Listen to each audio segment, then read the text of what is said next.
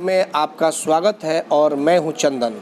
आज हम जिस शख्स के साथ बैठे हुए हैं ये वो शख्स हैं कि जब भी जगमातो देवी या फिर अजय सिंह अगर राजनीति कर रहे हैं या फिर उससे जुड़े किसी भी मामले में वो आगे बढ़ रहे हैं तो कहीं ना कहीं इस शख्स की उसमें भूमिका अहम होती है। जी हाँ, हम बात कर रहे हैं अरविंद आनंद की।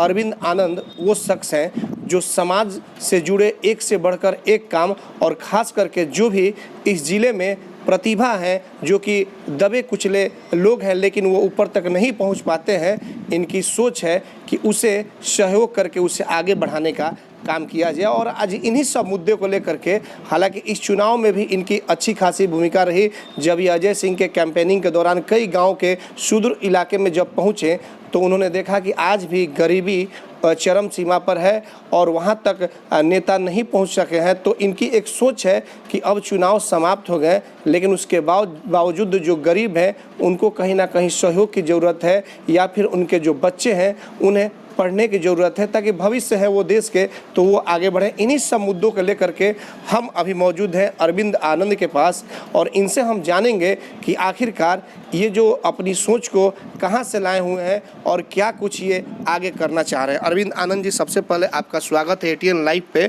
क्या कहना चाहेंगे, किस तरह की सोच है आपकी? देखा जाता है कि जो भी आपको अगर काम मिलते हैं तो काफ़ी रुचि के साथ आप उस काम को करते हैं, तो आपका लक्ष्य क्या है? सबसे पहले आपके चैनल के माध्यम से सभी को नमस्कार है, प्रणाम है। और ख़ास करके जो अपनी ज़िंदगी की जो अनुभव की जो किताब हमने खुद से लिखी है, तो मुझे ऐसा लगता है कि जब जब मैं कुछ करने का मनसा रखता हूँ तो मुझे ऐसा लगता है कि कुछ कोई आंतरिक शक्ति मुझे उद्वेलित कर रही है। और सबसे ज़्यादा अगर जीने का जो एक नज़रिया रहा है वैसे लोगों के लिए कि जिनको समाज दरकिनार कर देती है, जिनको अवॉइड किया जाता है, जिनको लोग बोझ समझते हैं, मुझे ऐसा लगता है कि उन्हें स्वीकार करके और उन्हें उस जगह पे पहुंचाने का एक मंच पे राजा और रंग को लाने का मेरा एक हर हमेशा नज़रिया रहा है। और इस मायने में मैं अक्सर काम करते रहा हूँ।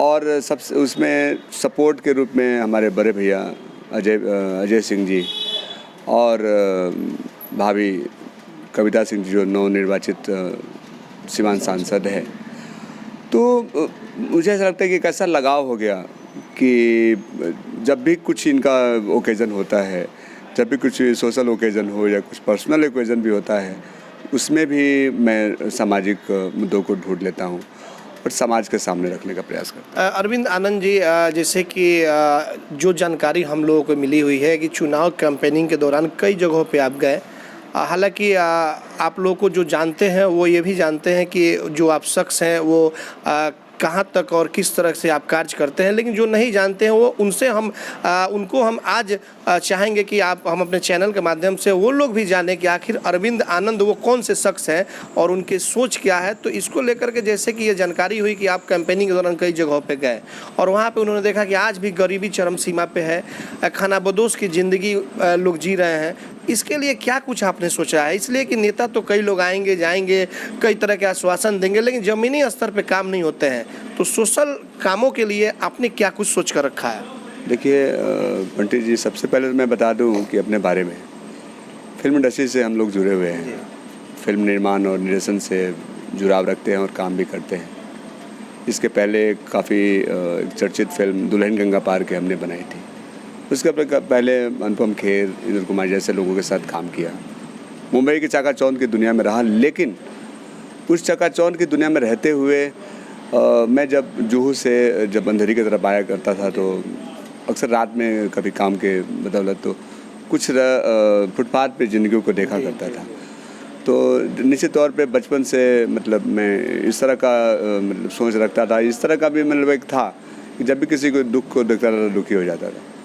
वो देखने के बाद धीरे धीरे वहाँ से समाज सेवा से जुड़ा और फिल्म इंडस्ट्री में रहकर समाज सेवा इतना चरम सीमा पे पहुँचे कि आज एक हिंदुस्तान कोने कोने में काम करके एक अच्छा खासा पहचान भी बना मेरे इस बदौलत। और फिल्म इंडस्ट्री से कहीं ऊपर समाज सेवा हो गया और उस माध्यम से मतलब यहाँ बिहार में भी काम करने लगा और गरीबों का सेवा करना, अनाथ बच्चों का मतलब केयर करना, इस तरह से काफ़ी सारे काम होते गए और उसी नज़रिया को देखकर काफ़ी सारे जुड़ाव भी, जैसे कि अभी मैं बता रहा था अजय सिंह जी और भी जो नेताओं से जो मेरे ताल्लुकात हुए, तो उनके मतलब प्रति मेरा एक ही कहना था, एक ही मानना था कि भैया जब तक समाज के निचले तबके के लोगों को अगर हम मतलब नहीं ध्यान देंगे तो हमारा सब कुछ, हमारा नज़रिया ही गलत है। क्यों? क्योंकि जब चुनाव मतलब में वोट मांगने की बात आती है तो अक्सर हम आपस में सुना करते थे, आप दलित पे फोकस कीजिए, आप लोगों को, आप निचले तबके के लोगों को फोकस कीजिए, तो वहाँ पे आपको आराम से वोट मिलेगा। वहाँ पे उनके इनोसेंसी को देखा जाता है, वहाँ पे उनके भोलेपन को आप मतलब आप कैच करना चाहते हैं। लेकिन मैंने महसूस किया है कि वहाँ आज भी ऐसे गांव में लोग हैं, जैसे कि मैं अभी आप बता रहे थे कैंपेनिंग के मामले में, कैंपेनिंग में मैं गया तो ऐसे भी एक नौतन में, ये मैरवा में एक नौका टोला एक जगह है जहाँ किसी डॉक्टर महोदय का 3 या 4 तला बिल्डिंग है, उसके पीछे इनके ज़मीन पे बने हुए घर को तोड़वा दिया गया। मेरा ये कहने का मतलब है कि ठीक है आपका ज़मीन ही है, तो आप अगर ऑलरेडी रह रहे हैं तो वहाँ पे दान भी तो किया जा सकता है, आप उन्हें सपोर्ट भी तो कर सकते हैं। बार बार उनका घर तोड़वाया जाता है। और वैसे ही आपको बता दें कि बंटी जी की कम से कम 100 से 150 फैमिली है। आप सोचिए कि बच्चे, छोटे छोटे बच्चे को लेकर लोग भागे फिरते हैं। वहाँ मैं देख के मैं आहत हो गया और मैंने ये वचन भी दिया। मैंने सोचा था कि जैसे मैं हर हमेशा मैं सोशल वर्क पे आता हूँ, काम करके चला जाता हूँ, लेकिन मुझे ऐसा लगा कि जिस जगह पे कैंपेनिंग करके गया और मैंने वादे नहीं किए, मैंने वहाँ पे सेल्फ प्रॉमिस किया, अपने आप को वचन दिया कि आकर इन लोगों को अगर समस्या का अगर समाधान नहीं करूँगा तब तक मैं अपने जितनी भी मतलब जैसे आपको बता दें कि एक आपके चैनल के माध्यम से, जैसे गांधी जी ने एक मतलब एक वचन दिया था कि जब तक देश के लोगों में ढंग से कपड़े नहीं पहनेंगे तो मैं धोती पहनूंगा। मैं भी आपको बता दूं, मैंने भी वचन ले लिया कि महंगे होटल में भी, जैसे हम लोग फिल्म इंडस्ट्री में महंगे होटलों में रहना, चाहे कुछ भी करना, वहाँ याद आ जाता है। तो मैंने भी वचन लिया, जब तक ऐसे लोगों को मैं अगर मुहैया कराऊँ मैं तो नहीं दे सकता, इतना तय है। क्यों? क्योंकि मैंने सभी चीज़ में मैं अपने आप को समाज को समर्पित कर चुका। लेकिन कोई कोई खा के मरता है, कोई खाए बिना मरता है। तो उस नज़रिया से मैं वाकिफ़ कराना चाहता हूँ। और जो हमारे मतलब नवनिर्वाचित हमारी भाभी जी हमारी सांसद बनी हैं कविता सिंह जी, मैं इनका ध्यान आकृष्ट कराने तक ही नहीं, इनके अगर मतलब इनके क्या बोला जाता है प्रतिनिधित्व में अगर मुझे कुछ अगर मौका मिलेगा, मैं कहीं ना कहीं किसी न किसी माध्यम से वैसे काम को मतलब कि इस तरह के जहाँ भी लोग मिलेंगे, आप कविता सिंह जो नई सांसद बनी हुई हैं, इनके माध्यम से उसे आप पूरा कराना चाहेंगे कि जो उस तरह के लोग हैं जो खानाबदोश की जो ज़िंदगी जी रहे हैं या फिर उस तरह का उनको सहयोग नहीं मिल रहा है, वो उनके माध्यम से सहयोग मिल सकेगा नहीं, मिलेगा 100% मिलेगा। और अगर सरकार नहीं भी करती है तो मैं ऐसे संस्थाओं से जुड़ा हूँ जहाँ पे उनको मतलब बेघर को घर दिया जाता है। मुझे ये नहीं है कि आज सरकार के माध्यम के सरकार के भरोसे बैठ रहे, सरकार सब कुछ देती है, सबका सिस्टम होता है। सरकार अगर डायरेक्टली देना होता है कि जैसे अब मैंने मोबाइल उठाया और आपको दे दिया, उस तरह का सिस्टम तो सरकार में है नहीं। लेकिन अरविंद जी, एक चीज़ और अब जानना चाहेंगे आपसे कि जैसे कि आप शेखर सुमन हो या बड़े बड़े फिल्म स्टार हैं, आखिर इन लोगों से संपर्क कैसे हुआ, ये हमारे दर्शक जानना चाहेंगे। देखिए, मैं आपको बता दूं कि मैं एक इंजीनियरिंग का छात्र रहा हूं और मैंने इंजीनियरिंग पास किया और इंजीनियरिंग पास करने के बाद कुछ ऐसे, मैं बचपन से, मैं तीसरी क्लास से मैं मतलब क्रिएटर था, क्रिएटिव वर्क किया करता था, मैं कविताएं लिखता था तीसरी क्लास से। और धीरे धीरे वो मतलब रचनाओं का एक अलग मिजाज बनते गया और आसपास के लोग मतलब मुझे प्रोत्साहित करने लगे। और जैसे जैसे मैं इंजीनियरिंग का मतलब एग्ज़ाम देने के बाद मोटोरोला जैसी कंपनी में ज्वाइन भी कर लिया था, मतलब कैंपस सिलेक्शन हो गया था। और वहाँ कुछ ऐसा सिचुएशन आया कि वहाँ दिल्ली के ऐड कंपनी में मैं घूमने गया था और कुछ डिस्कशन में कुछ लोगों ने कहा अरे यार तू तो बहुत अच्छा डायरेक्टर बन सकता है। और वहाँ से कुछ ऐसा मतलब क्या बोलते हैं टर्निंग पॉइंट आया कि मैंने तो सोचा भी नहीं था।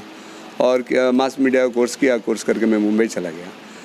और उसके बाद वहाँ से फिर शेखर सुमन, अनुपम खेर, इंद्र कुमार, रंजन कुमार सिंह जैसे जो जय हनुमान के डायरेक्टर हुआ करते थे, उनके साथ काम वाम करके और काम करने के बाद बहुत लंबा चौड़ा एक लिस्ट बना। और सबसे बड़ी बात है कि आपको बता दें कि एक बहुत ही राज की बात है कि सोशल वर्क मैं मुंबई से ही शुरू किया था। मुंबई में लोग स्ट्रगल करने जाते हैं, तो सोचिए कि अभाव में लोग प्रभावित हो जाते हैं। मतलब अभाव में आपका प्रभाव कोई भी प्रभाव डाल देता है, लेकिन मैंने अभाव में ही अभावग्रस्त के लोगों के बारे में सोचना शुरू कर दिया, क्योंकि संघर्ष आप समझ सकते हैं कि संघर्ष में कमियां होती है। तो वहाँ से शुरू हुई और वहीं मुंबई में मतलब ऐसे लोगों के साथ मिलने का मौका मिला। एसआर रुइया ग्रुप का नाम सुने होंगे आप। एसआर शिपिंग जो रवि रुइया, शशि रुइया, राम प्रसाद रुइया, एपी हिंदुजा जैसे ये डॉक्टर देशबंधु गुप्ता जो 3,000 रुपये से मतलब एक लेबोरेटरी शुरू करके आज के डेट में लुपिन लिमिटेड के मालिक है। लगभग मुझे लगता है कि 40-50 हज़ार करोड़ का। तो वैसे लोग व्यक्तिगत मिले, मतलब इस तरह के भी हमने ज़िंदगी जी है। तो उसके बाद से फिर आप बाहर रहे, फिर अजय सिंह जी से कहाँ आपसे मुलाकात हुई और फिर आपने इनके लिए कैसे क्या कुछ सोचा? कुछ तो बात हुई होगी कि हाँ हमारे लिए भी काम करो या कुछ सोशल वर्क करो। देखिए, मैं जब शेखर सुमन जी के इलेक्शन में आया था 2009 में, तो उन्होंने हंसी मजाक में बोला था कि अरविंद चलो ना हम लोग बिहार में पिकनिक मना कर आते हैं, यार चुनाव तो है, मुझे कुछ समझ में नहीं आ रहा है और मुझे लगता है कि वहाँ कुछ नया चीज़ मैं समझ पाऊँ। तो हम लोग आए थे यहाँ और यहाँ इलेक्शन में 2009 में इलेक्शन में शत्रुघ्न सिन्हा के सामने वो खड़े थे। और सिवान की बात कर रहे हैं आप? नहीं, मैं ये पटना की बात कर रहा हूँ। शेखर सुमन जब वहाँ पे चुनाव, हाँ मैं मतलब आने की बात कर रहा हूँ, मैं डिटेल्स बता रहा हूँ। तो मैं ग्राउंड की बात कर रहा हूँ कि ग्राउंड कहाँ से बना है। जब मैं पटना में आया था तो वहाँ शेखर सुमन जी का एक माहौल देखा, कांग्रेसों का माहौल भी देखा और सब लोग 2-3 दिन हो गए थे और मैं चुपचाप बैठा हुआ था। मतलब कि लोग यार ऐसे ही होगा, जैसे सब कोई अपना अपना काम बांट लिया। तो 3 दिन तक, लेकिन मेरी मंशा थी कि बेवकूफ़ बन के कम से कम किसी को जानना है तो बेवकूफ़ बनिए या न्यूट्रल बन जाइए। मैं न्यूट्रल बन के जाना तो सब अपने अपने बात कर रहे थे कि ये है ऐसे है।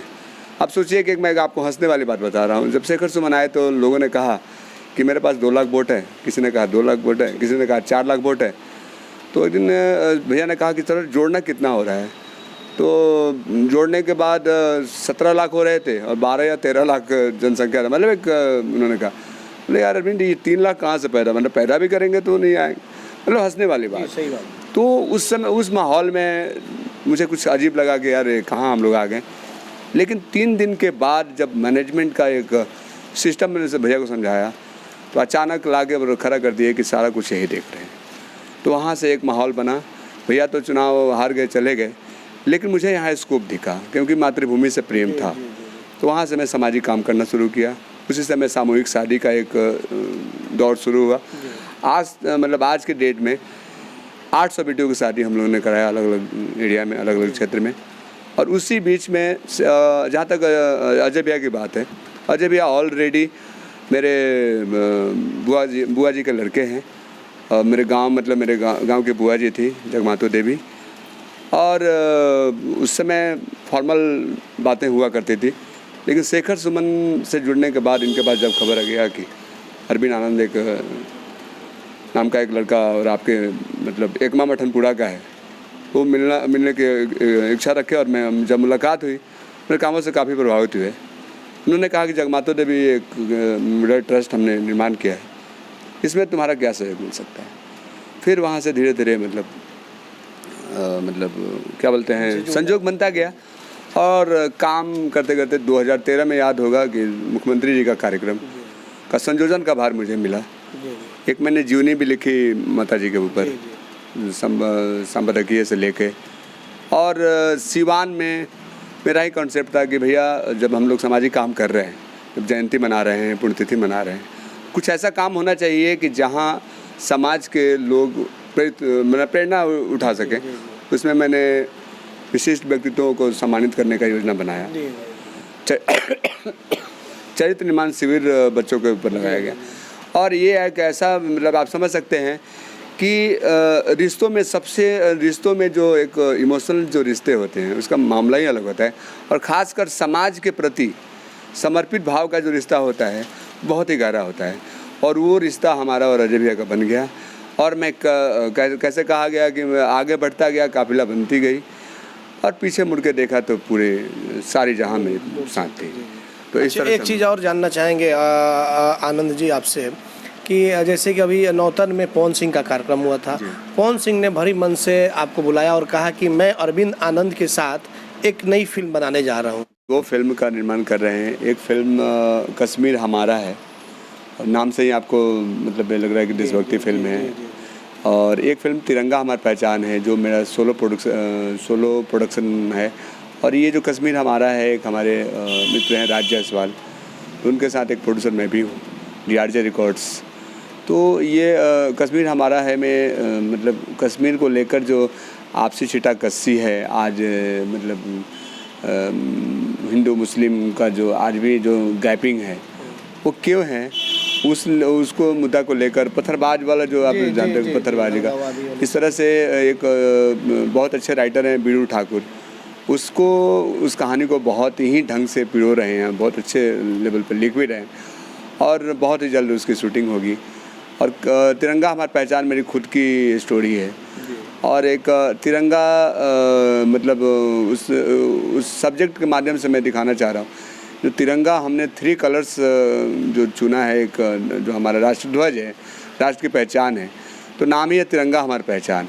तो वो तिरंगा मतलब 3 कलर्स में जो 3 कलर जो ये करता है, मतलब कि केसरिया बलिदानी का, वाइट जो सफ़ेद मतलब सादगी का, और हरा शांति का।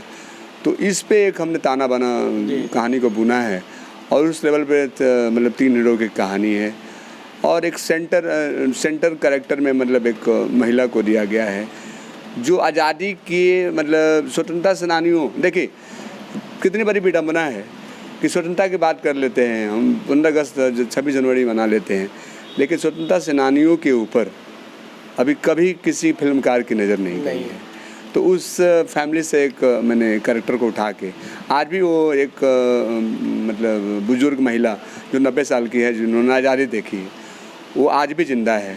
और उस फैमिली पे वो अपने बच्चे को मतलब अपने बेटों को खोई है, और उनके मतलब उनकी संतान को माँ के रूप में पाल पोस रही है। तो कैसे वो देशभक्ति का जज्बा भरती है, कैसे वो समाज में एक पहचान मिसाल बनाती है। इस फिल्म को इन किरदारों के माध्यम से एक फिल्म को अच्छे लेवल पे बनाया। अरविंद जी, एक चीज़ और जानना चाहेंगे कि आप कविता के साथ कुछ गीत भी लिखते हैं शायद? हाँ, अगर लिखते हैं तो 2 कड़ी हम अपने दर्शकों को सुनाना चाहेंगे आपके माध्यम से, वो आप सुनाएं। देखिए, जहाँ तक गीत लिखने की बात है, ऐसा कुछ गीत नहीं है जो मैंने वो किए हैं, मतलब प्रोफेशनली नहीं करता हूँ, लेकिन कविताओं की जहाँ तक बात है, कविता भी है। और एक लाइन में जब गुनगुनाने की बात है तो गुनगुना रहता हूँ।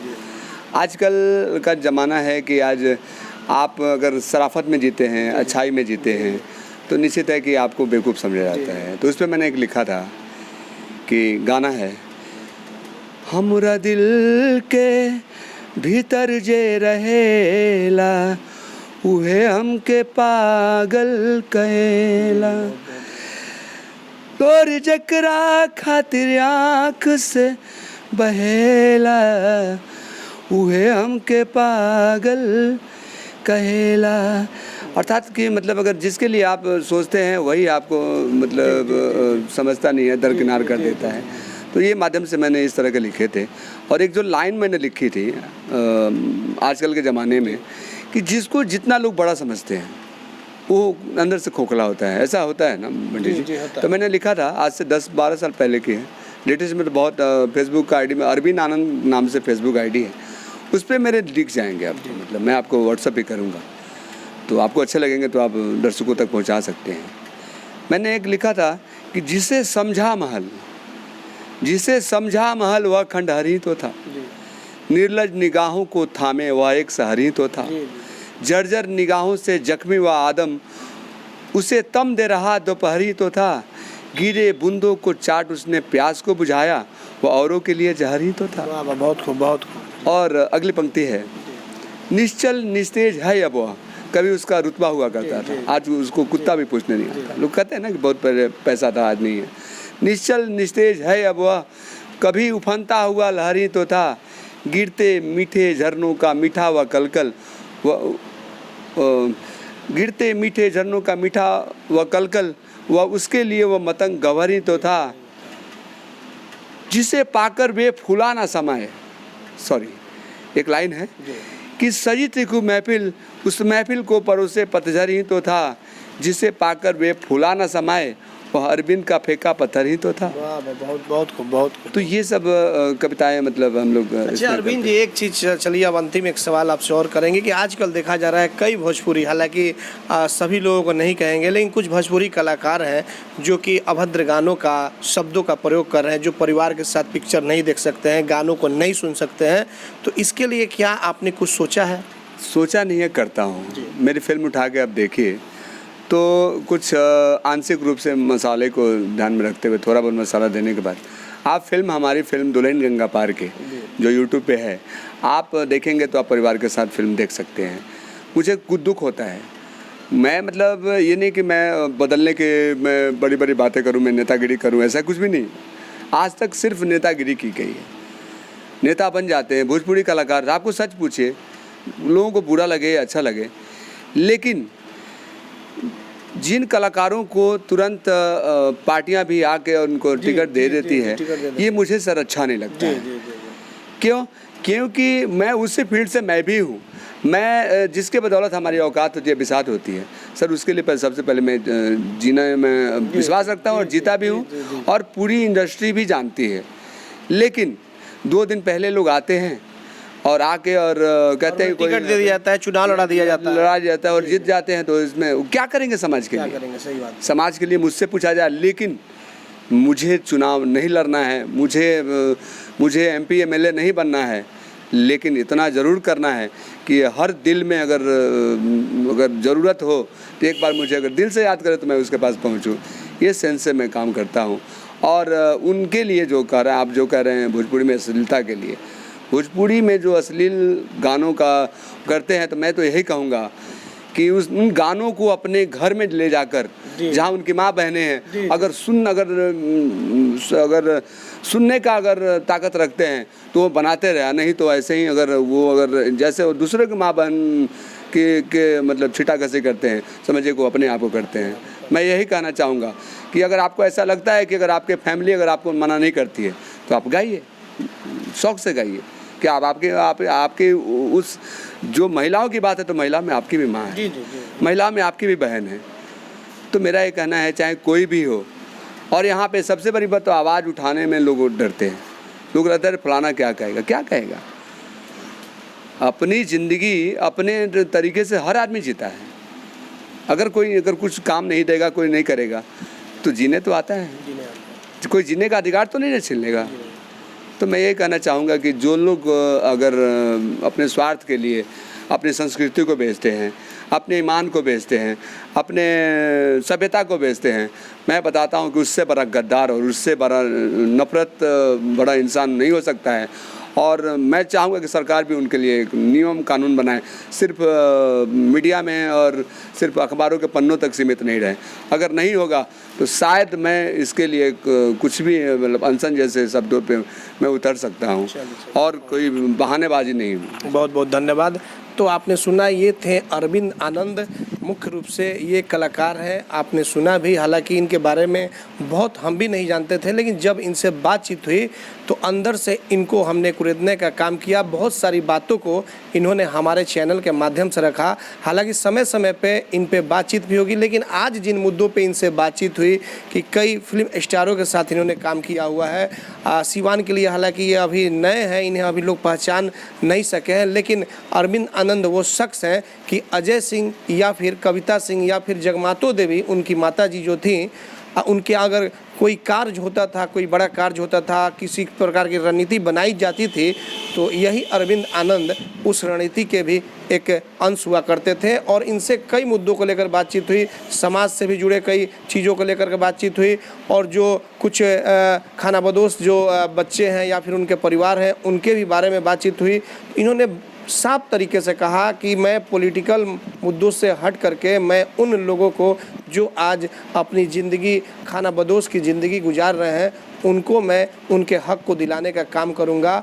और ख़ास करके इन्होंने यह भी कहा कि जिस तरह से आज भोजपुरी को लेकर अश्लीलता लोगों के बीच परोसा जा रहा है, इन्होंने कहा कि जिस तरह से जो भी कलाकार हैं अगर इस तरह से अश्लील अपने शब्दों का प्रयोग कर रहे हैं, तो एक बार अपने घर में भी अपने माँ बहन के सामने उस गाने को बजा करके या जैसे भी वो सुना करके दिखाएं, तो उन्हें महसूस होगा कि जिस तरह से बाहर की जो महिलाएं हैं, दूसरी महिलाएं हैं, वो उसी की रूप में हमारी माँ बहन भी होंगी। तो अब ऐसे में आने वाले समय में इनकी जो बातें हैं, इनके जो दावे हैं, ये लोगों पर और जो उस तरह के कलाकार हैं उन पर कितनी हद तक आगे चलकर साबित होगी, यह तो आने वाला वक्त ही बताएगा। लेकिन हमारे चैनल को सब्सक्राइब करने के लिए ATNlive.in यूट्यूब पे सब्सक्राइब करें। हमारे सहयोगी इमरोज आलम के साथ चंदन कुमार, ATN लाइव, सिवान।